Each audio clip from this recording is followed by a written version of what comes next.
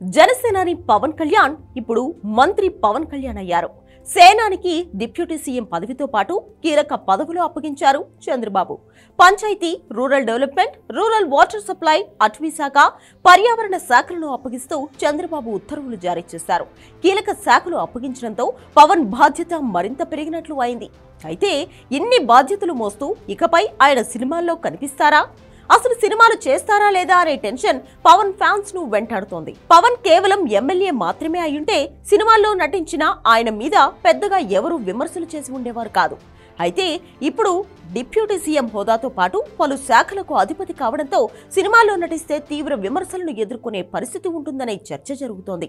Deputy CM గ్రామీణాభివృద్ధి, పంచాయతీరాజ్, గ్రామీణ తాగునీటితో పాటు అడవుల్లాంటి కీలక శాఖలు పవన్ చేతుల్లో ఉన్నాయి. ఇవన్నీ ప్రతిరోజు జనంతో మమేకమయ్యే శాఖలే.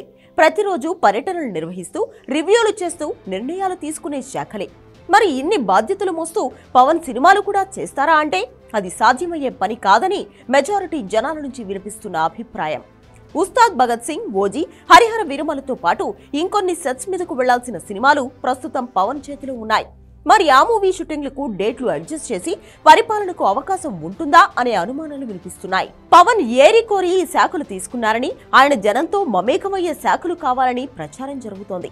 అయితే బాగా ఆలోచించే పవన్ ఈ నిర్ణయం తీసుకున్నారని, సెట్స్ పై ఉన్న సినిమాలకు డేట్స్ అడ్జస్ట్ చేసి కొత్త సినిమాలు ఒప్పుకోకపోవచ్చంటూ జనసేన వర్గాల సమాచారం.